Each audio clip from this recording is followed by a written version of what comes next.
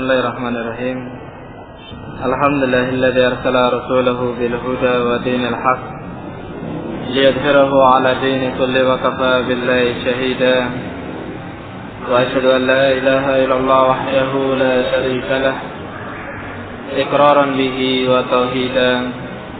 Wa asyhadu anna Muhammadan 'abduhu wa rasuluh tasliman katsiran mazida. Wa qala Allah ta'ala يا أيها الذين آمنوا اتقوا الله حق تقاته ولا تموتن إلا وأنتم مسلمون ثم أما بعد. Saya tanya pindah yang tutup ya. Saya harap idillah imani wa rahimakumullah jami'an. Kita masih pada pembahasan kita, yaitu menyebutkan tentang keutamaan mengikuti bimbingan Rasulullah sallallahu alaihi wa ala alihi wasallam.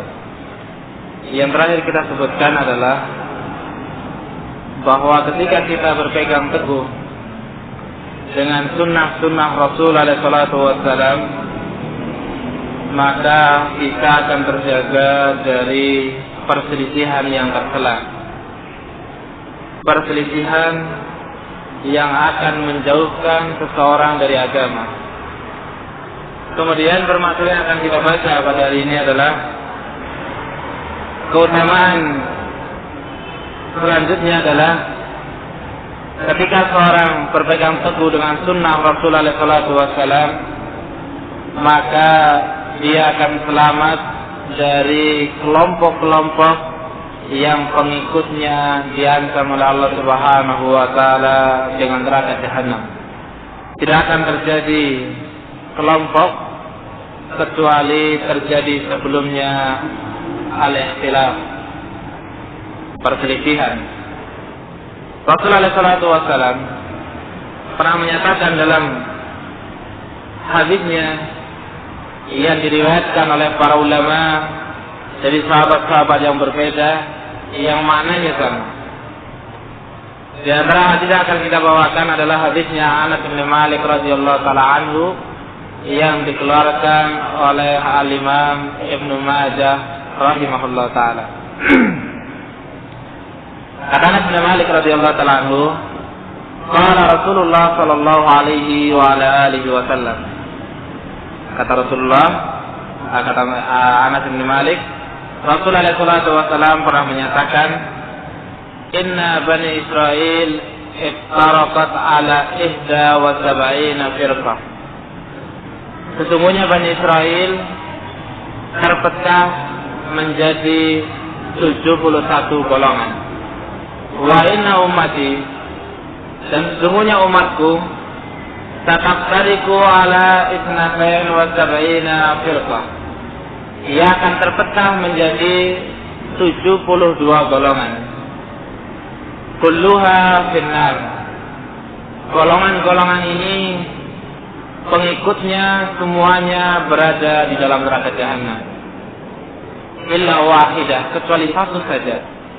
Wahiyal jamaah, yaitu al-jamaah.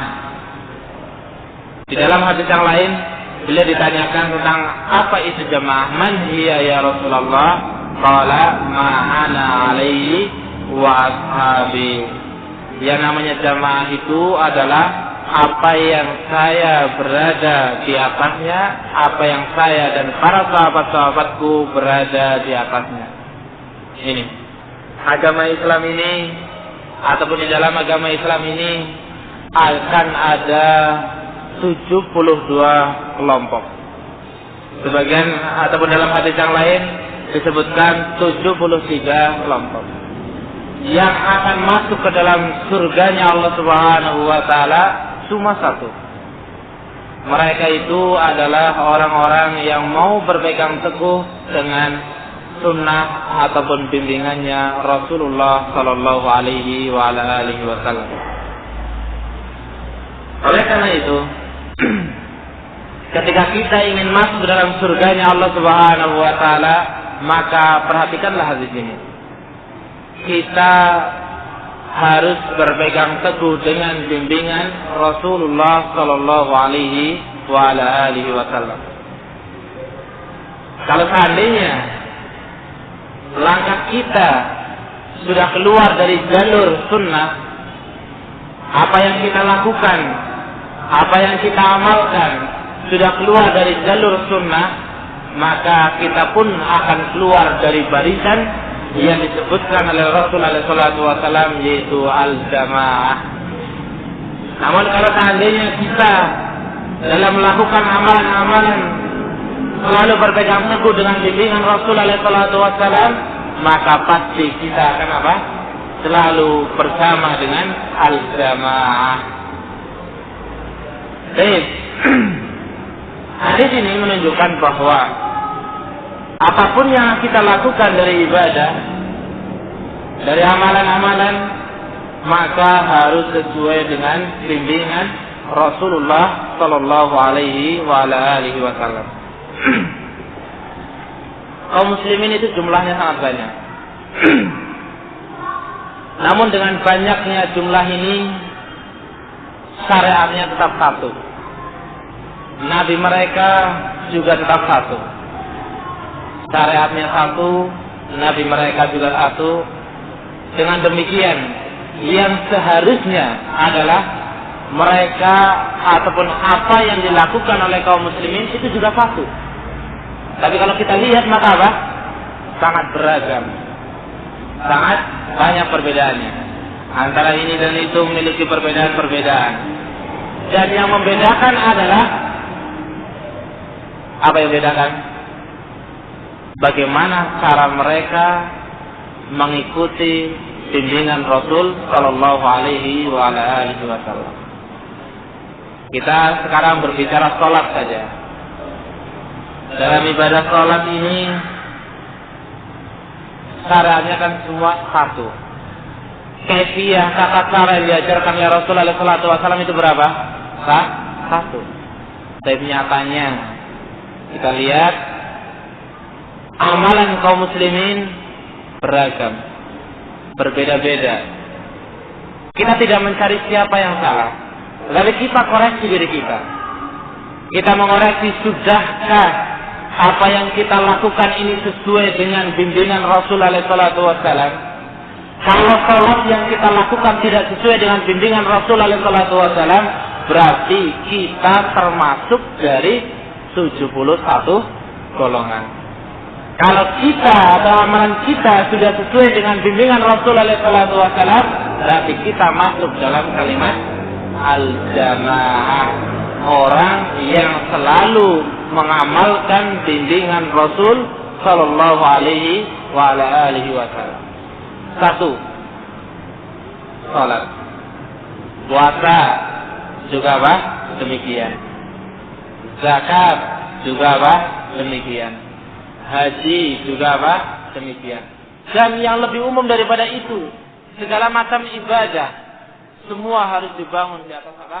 Bimbingan Rasul Sallallahu Alaihi Wasallam.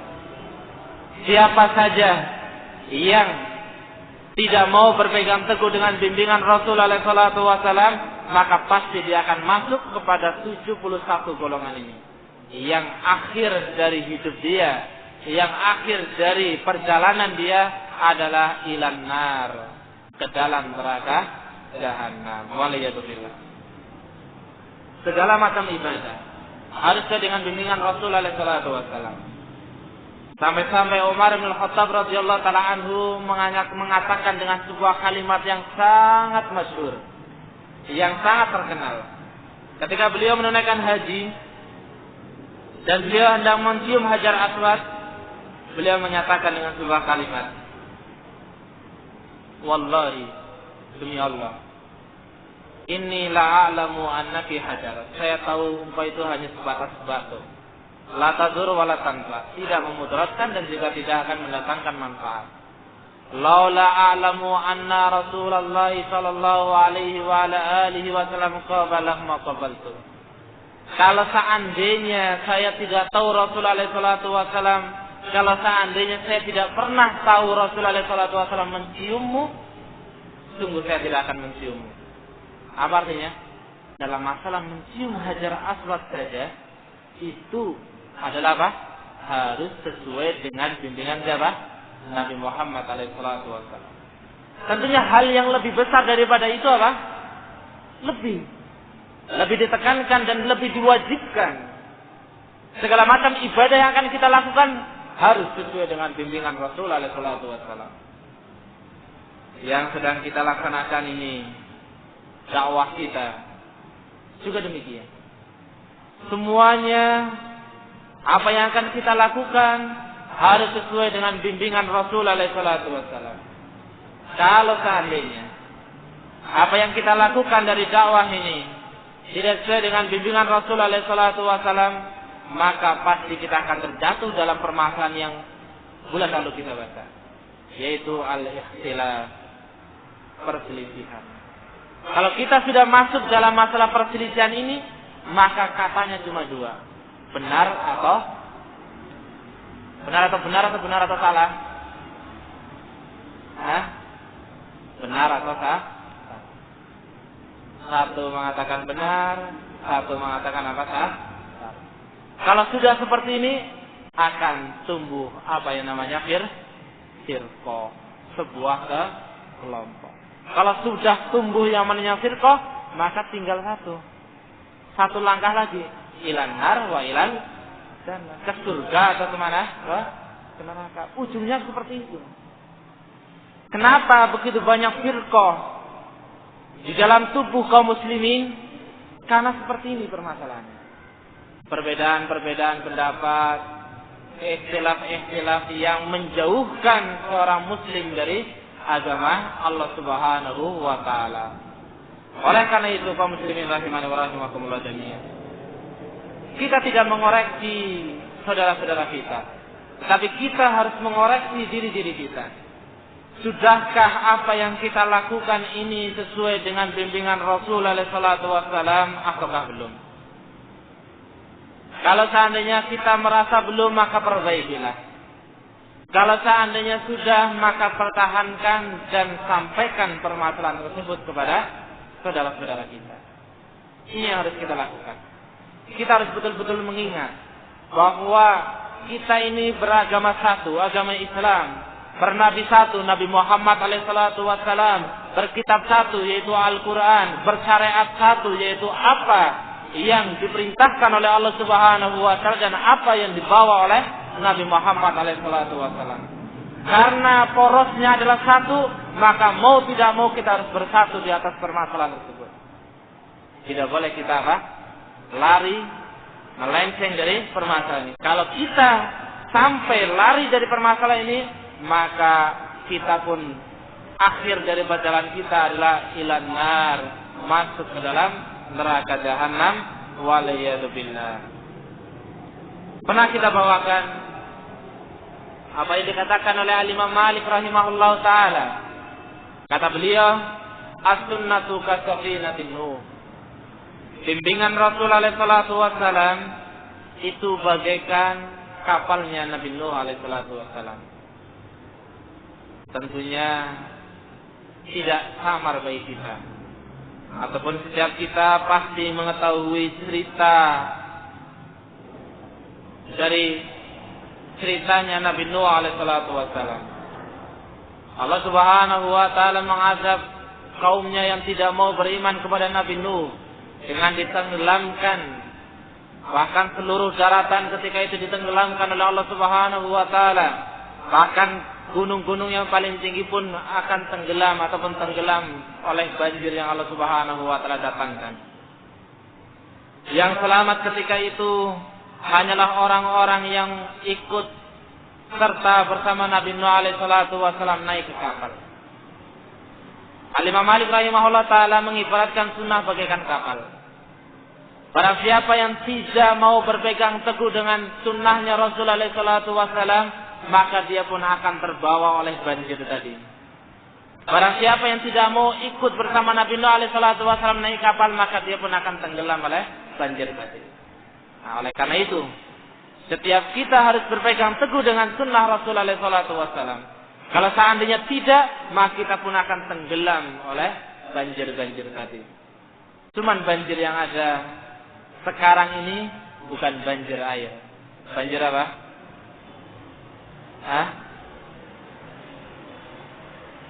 Banjir apa? Banjir maksiat, banjir fitnah, banjir apa lagi?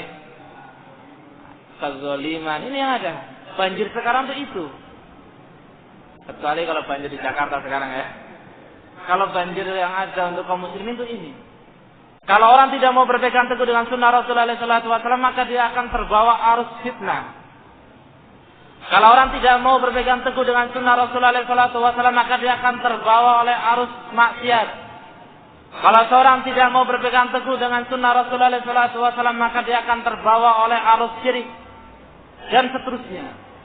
Banjir yang begitu beragam, banjir yang begitu membinasakan orang-orang yang tidak mau berpegang teguh dengan bimbingan Rasulullah SAW. Oleh karena itu, khonafidin rahimani wa rahimakumullah jami'ah, kita ingatkan kembali bahwa hal yang paling penting dalam kita beragama ini adalah berpegang teguh dengan sunnah Rasulullah SAW.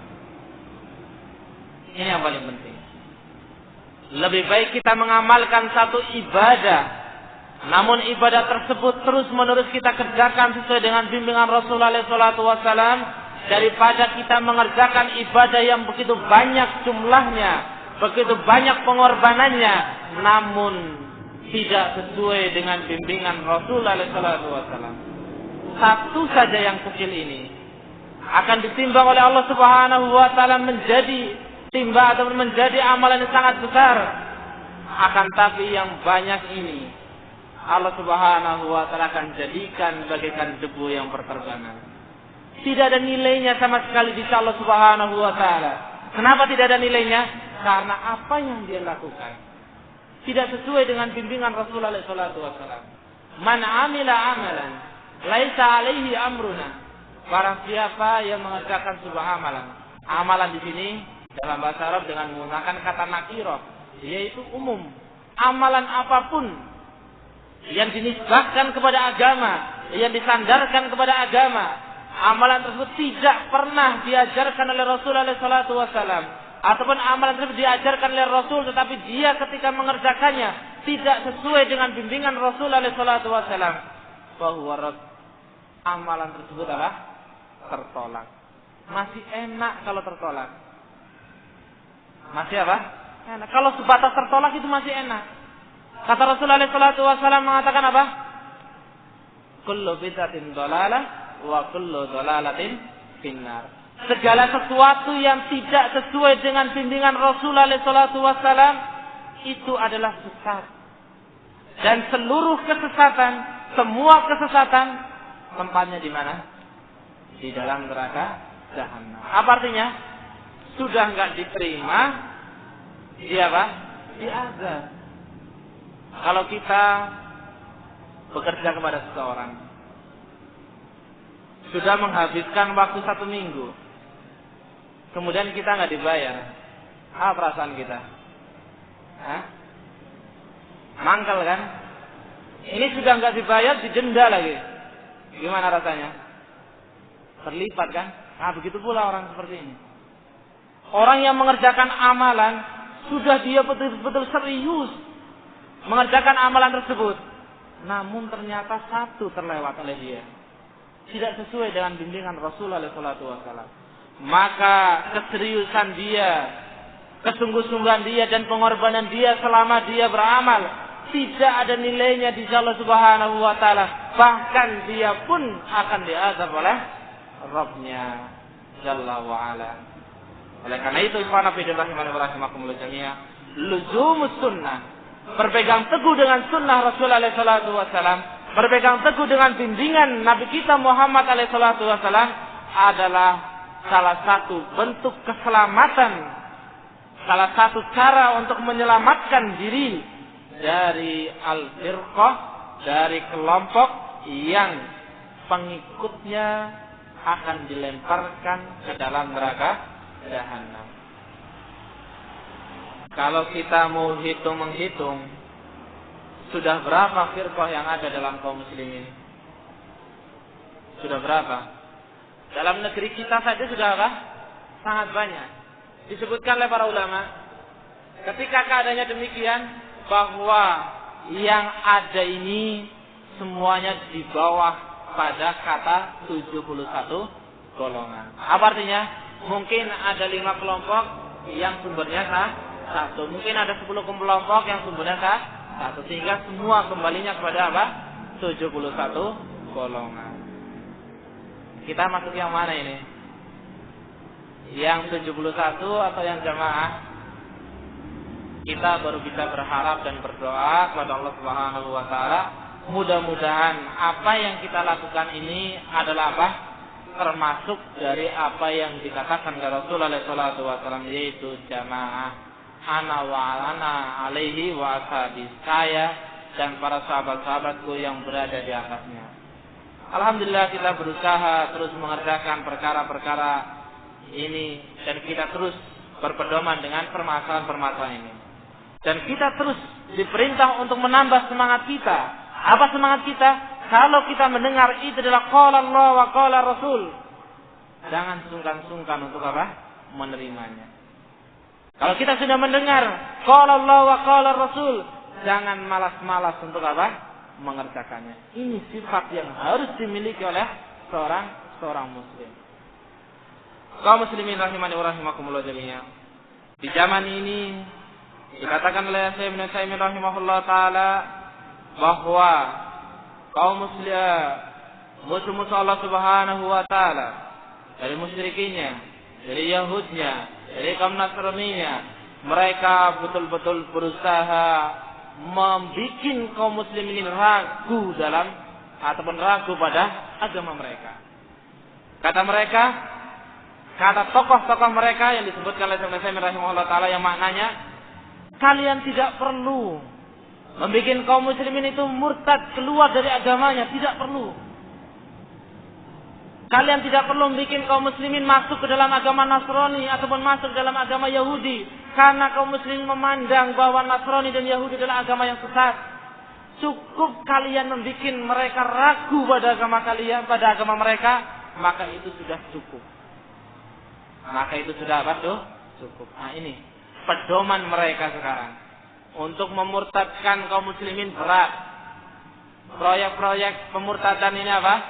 Sudah dikatakan gagal. Maka langkah mereka adalah apa?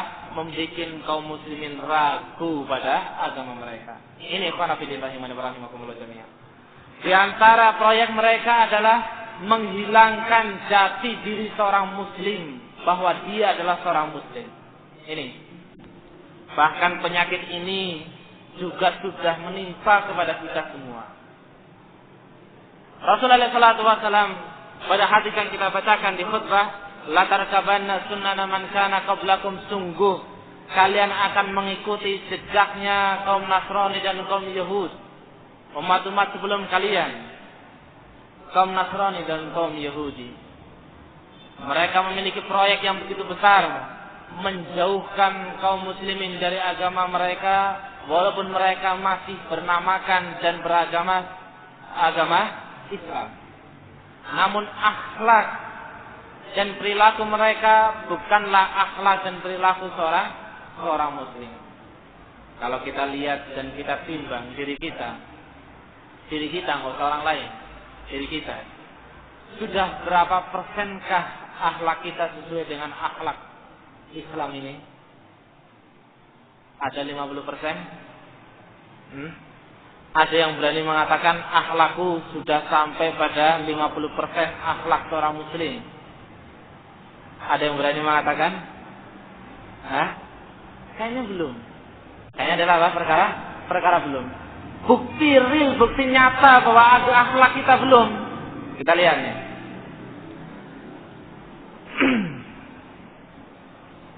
Kita ini memiliki sebuah krisis jati diri seorang muslim. Kalau seorang Nasrani, dia betul-betul berani menampakkan jati dirinya, bahkan yang paling jelek pun di antara mereka berani menyatakan bahwa dia seorang Nasrani. Buktinya apa? Mereka kalau mau pakai tato juga pakai apa? Tato salib, begitu kan? Pakai kalung juga yang bersalib. Bukti jati diri mereka yang mereka tampakkan seorang Yahud juga apa? Demikian. Kalau kita lihat jati diri seorang muslim mana? Seorang muslim akan menampakkan dia seorang muslim, mau memakai pakaiannya kaum muslimin kalau mau masuk salat, kalau mau masuk ke masjid saja. Gitu kan? Kalau nggak percaya kita rame-rame sensus. Kerita, Komoro, bisakah antum melihat, menghitung dia muslim? Paling cuma bisa mengatakan apa? Insya Allah dia seorang muslim karena dia tinggal di kotanya kaum muslimin. Gitu saja kan? Namun dari atributnya, dari pakaiannya, sama sekali tidak mencerminkan bahwa dirinya adalah seorang muslim. Nah, ini adalah apa? Sesuatu yang sangat besar. Masa kita kalah sama orang-orang? Masa kita kalah sama apa? Anak-anak pang. Anak-anak pang itu dengan kejelekan yang mereka ada, mereka bangga berani menampilkan apa? Jati diri mereka. Padahal seorang muslim Allah Subhanahu wa taala menyatakan bahwa ma'imama ya'adzim syairallah fa innaha min taqwal qulub. Barang siapa yang mau mengagungkan syariat-syariat Allah Subhanahu wa taala, ketahuilah itu adalah termaksud dari ketakwaan hati. Kalau kita pakai kolan tua, kalau kita pakai sarung, kalau kita pakai jubah, kalau kita pakai baju koko, dapat pahala enggak? Dapat pahala kan? Dapat pahala. Menampakkan jati diri seorang muslim, dapat pahala. Kalau anak-anak pang dengan rambutnya dimohak dan segala macamnya, dapat pahala enggak mereka? Enggak dapat pahala, tapi mereka begitu pedenya, begitu yakinnya dengan atribut mereka, dengan jati diri mereka. Masa kita kalah? Sudahkah di antara kita menerapkan permasalahan ini? Masuk ke moro, pakai sarung, pakai kolan sua, atau pakai jubah. Yang senang masuk ke moro mana? Pakai enggak? Alhamdulillah. Kalau kerja, berdagang, dipakai enggak atribut-atribut muslimnya? Ini fanafidin rahimani wa rahimakumullah jami'an.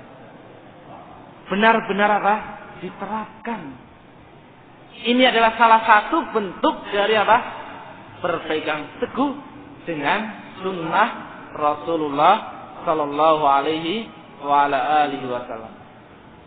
Para sahabat Rasulullah alaihi salatu wasallam dan begitu pula Rasulullah alaihi salatu wasallam ketika mereka berlomba-lomba untuk mengerjakan kebaikan, ketika mereka melakukan amalan-amalan yang bisa dikatakan dengan bahasa kita sekarang kerja bakti, kita sebutkan dalam hadis-hadis Sahih Bukhari, kita dapatkan mereka tidak meninggalkan dan tidak menanggalkan atribut-atribut seorang muslim. Mereka betul-betul menerapkan permasalahan ini. Betul-betul menampakkan bahwa diri mereka adalah seorang muslim, ingin membedakan dengan siapa? Kaum Nasrani dan kaum Yahudi. Ini khonafidin rahimani wa rahimakumullah jami'an. Mulai sekarang kita buktikan bahwa kita adalah seorang muslim. Kita tunjukkan syiar-syiar Islam. Dengan itu kita akan mendapatkan pahala dari Allah Subhanahu wa taala.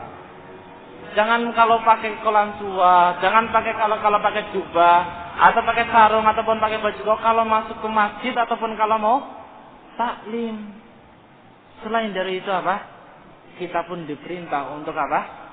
Melakukan, memakai dan meninggikan syiar-syiar Islam. Kalau kita mengawal dari hal-hal yang seperti ini, maka pasti hal-hal yang lebih besar kita pun akan berusaha untuk mengerjakan. Tidak mungkin seorang bisa disiplin dengan perkara-perkara yang besar, dalam keadaan perkara-perkara yang kecil dia tidak bisa disiplin. Mungkin enggak? Seorang kan melakukan sesuatu kan dari hal-hal yang kecil dulu baru menjadi apa? Yang besar. Dia bisa disiplin dalam masalah manhaj.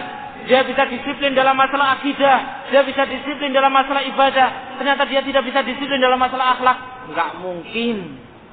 Sesuatu apa yang tidak mungkin. Dia akan mengawali dari yang terendah. Kalau sudah bisa disiplin dalam permasalahan-permasalahan seperti ini, maka niscaya pastinya dia akan mampu menerapkan berpegang teguh dengan permasalahan-permasalahan yang lebih besar. Ini diantara faedah luzumus sunnah, berpegang teguh dengan sunnah bimbingan-bimbingan Rasulullah sallallahu alaihi wasallam. Mudah-mudahan Allah Subhanahu wa taala memasukkan kita ke dalam jamaah, dan mudah-mudahan Allah Subhanahu wa taala menjauhkan kita dari 71 firqah yang pengikutnya akan dilemparkan ke dalam neraka jahanam. Dan mudah-mudahan Allah Subhanahu wa taala menjaga kita dari ikhtilaf, dari perbedaan-perbedaan, dari perselisihan yang akan menjauhkan kita dari agama Islam ini. Dan mudah-mudahan Allah Subhanahu wa taala terus menyatukan kita dan perkuat ukhuwah kita di atas shiratal mustaqim. Wallahu a'lam bishawab. Naktafi bihadzal qadar. Subhanakallahumma bihamdik asyhadu an la ilaha illa anta astaghfiruka wa atubu ilaik. Tafaddalu barakallahu fikum.